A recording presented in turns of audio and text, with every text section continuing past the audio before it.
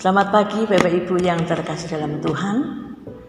Patutlah kita semua bersyukur karena kebaikan dan kemurahan Tuhan. Oleh sebab itu mari kita akan gunakan waktu dan kesempatan yang ada ini untuk kita beribadah kepada Tuhan. Bapak Ibu yang terkasih dalam Tuhan, firman Tuhan pada saat ini bahwa pada masa pelayanan Yeskiel, saudara sekalian, ada suatu hukuman kepada bangsa yang sudah berubah setia. Dan hukuman yang diberikan kepada Tuhan itu adalah hukuman yang sangat berat. Kita akan lihat dan kita baca dalam kitab Yeskiel pasal yang kelima, ayat yang ke-17, demikian firman Tuhan. Aku akan mendatangkan kelaparan atasmu dan binatang-binatang buas di tengah-tengahmu yang akan memunahkan anak-anakmu. Sampar akan berkecamuk dan darah akan mengalir di tengah-tengahmu. Dan aku akan mendatangkan pedang atasmu. Aku Tuhan yang mengatakannya. Demikianlah Bapak Ibu, bahwa Tuhan mendatangkan hukuman itu sangat berat bagi orang-orang yang sudah berubah setia. Tetapi di tengah penghukuman tersebut ternyata ada 3 orang tokoh yang selamat karena mereka adalah orang-orang yang tetap setia kepada Tuhan. Kita akan baca di dalam Yeskiel pasal yang ke-14 ayat 12 sampai ayat yang ke-14. Saya akan bacakan. Kemudian datanglah firman Tuhan kepadaku, hai anak manusia, kalau sesuatu negeri berdosa kepadaku dengan berubah setia, dan aku mengacungkan tanganku melawannya dengan memusnahkan persediaan makanannya dan mendatangkan kelaparan atasnya dan melenyapkan dari negeri itu manusia dan binatang.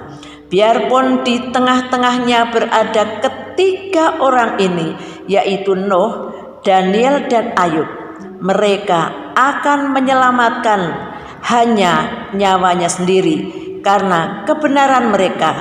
Demikianlah firman Tuhan. Bapak Ibu yang terkasih dalam Tuhan, ada 3 orang tokoh yang mereka selamat terlepas dari segala hukuman-hukuman yang berat itu, karena mereka tetap bertahan. Mereka adalah orang yang tetap setia kepada Tuhan. Di sini dikatakan bahwa tokoh yang pertama adalah Nuh. Saudara sekalian, ya. Arti nama Nuh adalah tenang atau teduh. Saudara sekalian, baiklah pada kesempatan ini kita akan bersama-sama sedikit menilik riwayat tentang Nuh. Kita akan buka Alkitab di dalam kitab Kejadian pasal yang ke-6 ayat 9 hingga sampai ayat yang ke-17. Demikian firman Tuhan. Inilah riwayat Nuh. Nuh adalah seorang yang benar dan tidak bercela di antara orang-orang sezamannya. Dan Nuh itu hidup bergaul dengan Allah. Nuh memperanakkan 3 orang laki-laki, Sem, Ham, dan Yafet. Adapun bumi itu telah rusak di hadapan Allah dan penuh dengan kekerasan. Allah menilik bumi itu dan sungguhlah rusak benar, sebab semua manusia menjalankan hidup yang rusak di bumi. Berfirmanlah Allah kepada Nuh, Aku telah memutuskan untuk mengakhiri hidup segala makhluk, sebab bumi telah penuh dengan kekerasan oleh mereka. Jadi aku akan memusnahkan mereka bersama-sama dengan bumi. Buatlah bagimu sebuah bahtera dari kayu gofir. Bahtera itu harus kau buat berpetak-petak dan harus kau tutup dengan pakal dari luar dan dari dalam. Beginilah engkau harus membuat bahtera itu: 300 hasta panjangnya, 50 hasta lebarnya, dan 30 hasta tingginya. Buatlah atap pada bahtera itu dan selesaikanlah bahtera itu sampai sehasta dari atas, dan pasanglah pintunya pada lambungnya. Buatlah bahtera itu bertingkat bawah, tengah, dan atas, sebab sesungguhnya aku akan mendatangkan air bah meliputi bumi untuk memusnahkan segala yang hidup dan bernyawa di kolong langit. Segala yang ada di bumi akan mati binasa. Bapak Ibu, kita melihat bahwa Nuh hidup di tengah-tengah orang yang keras hati. Orang-orang itu hidup menurut maunya sendiri dan tidak beraturan. Maka pada waktu Tuhan marah dan akan memusnahkan mereka, maka pada waktu itu Tuhan suruh kepada Nuh untuk membuat sebuah bahtera dengan bahan dan ukuran yang sudah ditentukan oleh Tuhan. Dan pada waktu itu setelah Tuhan memerintahkan Nuh buat bahtera, pada waktu itu Nuh segera merespon apa yang Tuhan katakan. Dan pada waktu Tuhan, Nuh tidak mengajukan keberatan apapun. Meskipun Nuh itu sudah tua, umur 600 tahun. Secara manusia, secara fisik mungkin sudah tidak mampu. Tapi Nuh, dia tidak berkeberatan untuk membuat bahtera seperti apa yang diperintahkan Tuhan. Maka Nuh segera memulai membuat bahtera itu, dan bahtera itu dibuat sampai selesai. Inilah saudara sekalian bukti bahwa Nuh adalah orang yang setia, Nuh adalah orang yang taat, Nuh adalah orang yang bertanggung jawab. Bapak Ibu saudara sekalian yang terkasih dalam Tuhan, mendengar kisah tentang Nuh, pasti semua orang sudah sangat paham. Tapi ada sesuatu yang perlu kita kaji, yaitu tentang ketaatannya Nuh, tentang kesetiaannya Nuh. Dan akibat dari kesetiaan, akibat dari ketaatan, maka Nuh bisa menyelamatkan seluruh keluarga dan seluruh barang yang dimiliki. Saudara sekalian, dan ketika Tuhan mendatangkan air bah, saudara sekalian, semua keluarga Nuh dan semua barang-barang yang dimiliki semua masuk dalam bahtera. Bapak Ibu saudara sekalian yang terkasih, ya, bukankah kita sekarang sedang mendambakan bahwa apa yang pernah terjadi dalam kehidupan Nuh itu juga terjadi pula dalam kehidupan kita semua? Saudara sekalian, sekarang kita semua sedang berupaya, sedang berjuang agar tiap-tiap keluarga yang di dalamnya ada pekerjaan, ada kesehatan, ada harta benda, ya, ada kedudukan dan lain sebagainya. Ya. Kita rindu agar semua itu bisa masuk ke dalam bahteranya Tuhan. Nah, Bapak Ibu, yang jadi pertanyaan, apa toh kuncinya? Saudara sekalian, yaitu jangan berubah setia. Saudara sekalian yang terkasih dalam Tuhan, sampai hari ini ada hal-hal yang sedang kita kerjakan di rumah kita masing-masing. Ya. Olahraga kita adakan di sekitar rumah. Belajar kita adakan di dalam rumah. Ibadah persekutuan doa diadakan di rumah kita masing-masing. Bapak Ibu. Ya. Dan hendaklah semua itu dikerjakan dengan setia, dikerjakan dengan tanggung jawab. Maka Bapak Ibu, apa yang akan Tuhan lakukan ketika kita melakukan semua dengan setia? Allah akan memberikan yang terbaik buat kita semua. Kita baca di dalam kitab Ulangan, ya. Kita baca dalam kitab Ulangan pasal yang ke-7, ya. Ayat yang ke-9 saya akan bacakan.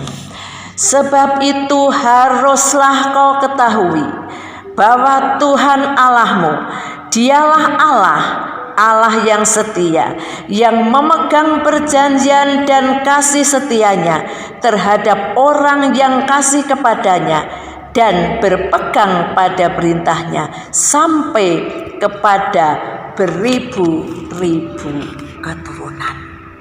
Bapak Ibu, dikatakan, ya, haruslah kau ketahui, ya, bahwa Allah itu adalah Allah yang setia, dan Allah itu pegang perjanjiannya.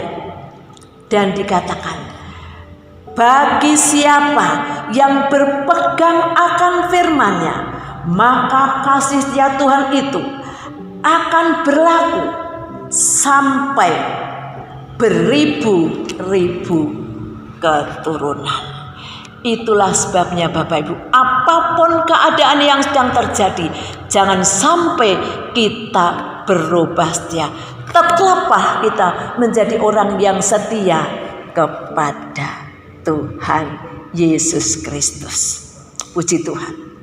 Kemudian kita akan melihat nama tokoh yang kedua adalah Daniel. Arti nama Daniel adalah hakim Allah. Bapak Ibu, Daniel ini adalah dikenal sebagai orang yang cerdas. Maka Daniel itu dia menjabat 3 pemerintahan secara berturut-turut. Yang pertama, pemerintahan Nebukadnezar. Yang kedua, pemerintahan Belshazzar.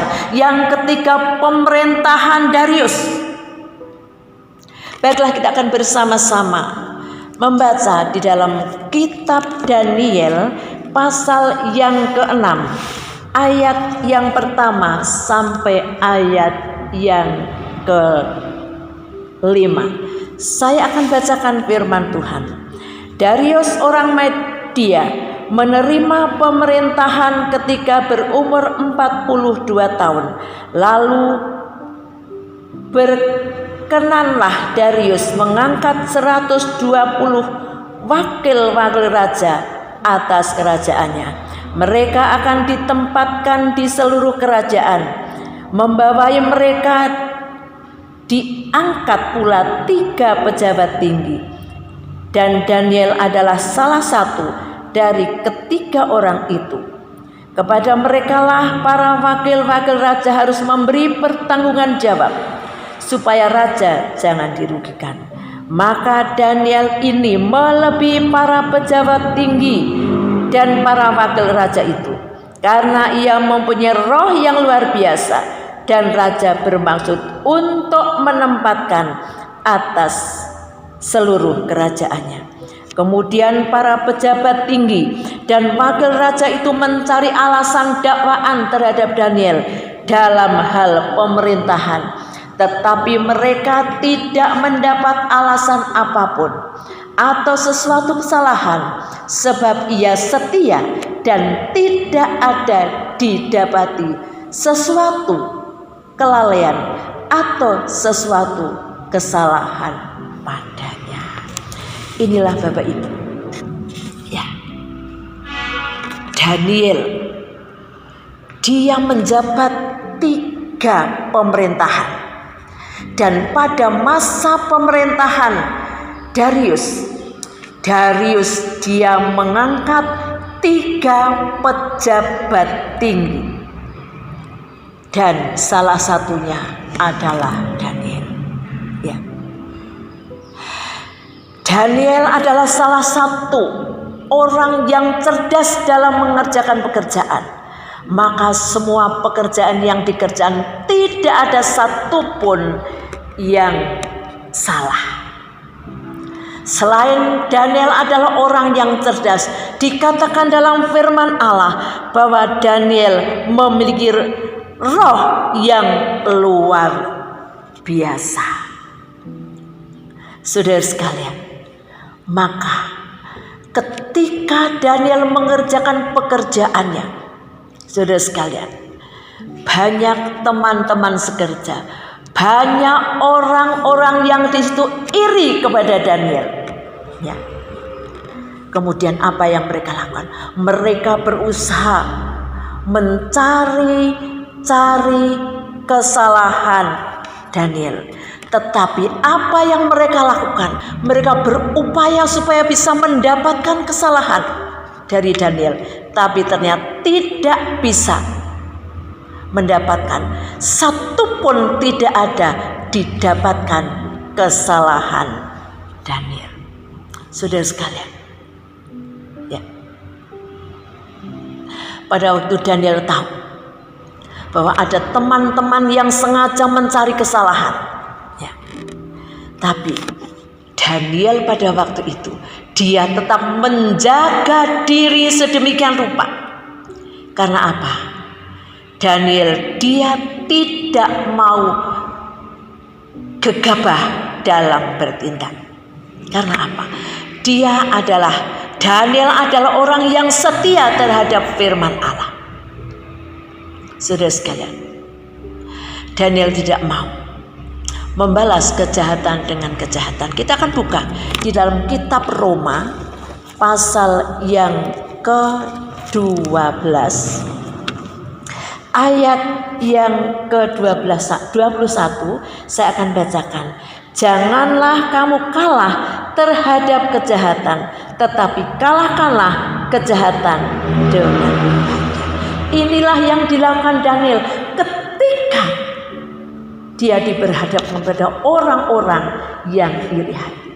Daniel tidak akan membalas kejahatan dengan kejahatan, tapi Daniel dia menjaga diri sehingga Daniel berusaha setiap kejahatan dibalas dengan kebaikan. Demikian pula di dalam suratan Efesus pasal ke-5, apa yang Tuhan katakan. Kita akan bersama-sama, saudara sekalian, membuka dan membaca di dalam Efesus pasal yang ke-5 ayatnya yang ke-15 sampai ayat yang ke-17. Demikian firman Allah. Karena itu perhatikanlah dengan seksama bagaimana kamu hidup. Janganlah seperti orang bebal, tetapi seperti orang arif, dan pergunakanlah waktu yang ada, karena hari-hari ini adalah jahat. Sebab itu janganlah kamu bodoh, tapi usahakanlah supaya kamu mengerti kehendak Tuhan.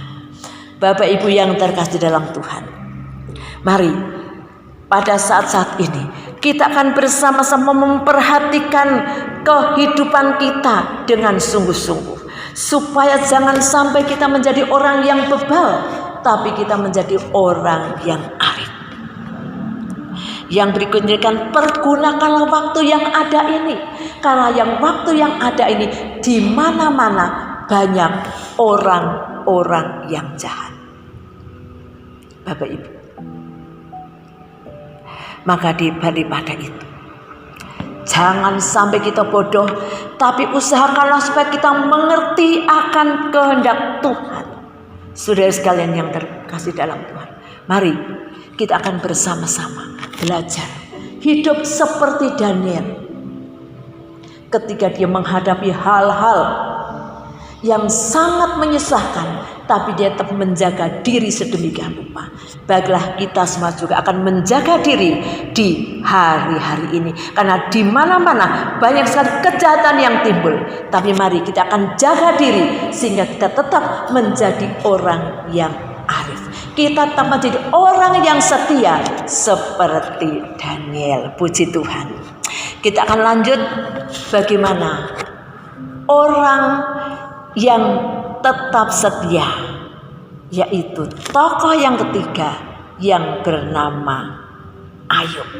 Bapak Ibu, nama Ayub artinya teraniaya. Bapak Ibu yang terkasih dalam Tuhan, mari akan kita baca bersama-sama di dalam kitab Ayub pasal 1 ayat 1, ya. Saya akan bacakan ayat tersebut. Kesalehan Ayub dicoba. Ada seorang laki-laki di tanah Uz bernama Ayub. Orang itu saleh dan jujur. Ia takut akan Allah dan menjauhi kejahatan. Inilah saudara sekalian, Ayub adalah seorang yang baik. Maka saudara sekalian, dikatakan bahwa Ayub adalah orang yang dibanggakan oleh Allah. Namun demikian, Tuhan izinkan Ayub dicobai oleh iblis, ya, dan iblis mencobai Ayub tidak tanggung-tanggung. Semua bidang kehidupan dihantam oleh iblis, baik dalam kesehatan pribadi Ayub, dalam keluarga, sampai kepada semua harta bendanya, saudara sekalian, ya. Dan apa toh maksud tujuan iblis untuk mencobai Ayub sedemikian rupa? Iblis bermaksud supaya Ayub itu tidak lagi menjadi orang yang jujur, tidak lagi menjadi orang yang takut akan Allah, tidak lagi menjadi orang yang saleh. Itulah maksud tujuan iblis, saudara sekalian. Tetapi bagaimana Ayub? Ya. Meskipun iblis punya tujuan supaya Ayub itu berubah setia, tapi Ayub dia mengatakan, aku tidak mau berbuat dosa. Saudara sekalian, disitulah keunggulan Ayub. Ayub dia tetap setia, walaupun situasi dan kondisi tidak mendukung. Tapi Ayub adalah orang yang tetap setia. Ayub tidak pernah berubah setia. Dan hasil akhirnya adalah pemulihan. Saudara sekalian, Bapak Ibu, bukankah kehidupan kita sering dihadapkan berbagai macam ujian, cobaan yang datang silih berganti? Namun demikian, mari Bapak Ibu, kita akan belajar seperti Ayub. Apapun yang terjadi dalam kehidupan Ayub, Ayub tetap seorang pribadi yang saleh, yang jujur, yang takut akan Allah dan menjauhi kejahatan. Itulah wujud bukti nyata bahwa Ayub adalah orang yang tetap setia. Ayat yang terakhir kita akan bersama-sama buka di dalam suratan 1 Korintus pasal yang ke-10 ayat yang ke-13. Pencobaan-pencobaan yang kamu alami ialah pencobaan-pencobaan biasa yang tidak melebihi kekuatan manusia, sebab Allah setia, dan karena itu Ia tidak akan membiarkan kamu dicobai melampaui kekuatanmu. Pada waktu kami dicobai, Ia akan memberikan kepadamu jalan keluar sehingga kamu dapat menanggungnya. Puji Tuhan. Inilah Bapak Ibu, ya, ternyata Allah itu sungguh-sungguh setia dalam kehidupan saya dan saudara. Mari pada saat pagi hari ini kita akan bersama-sama tetap menjadi orang yang setia.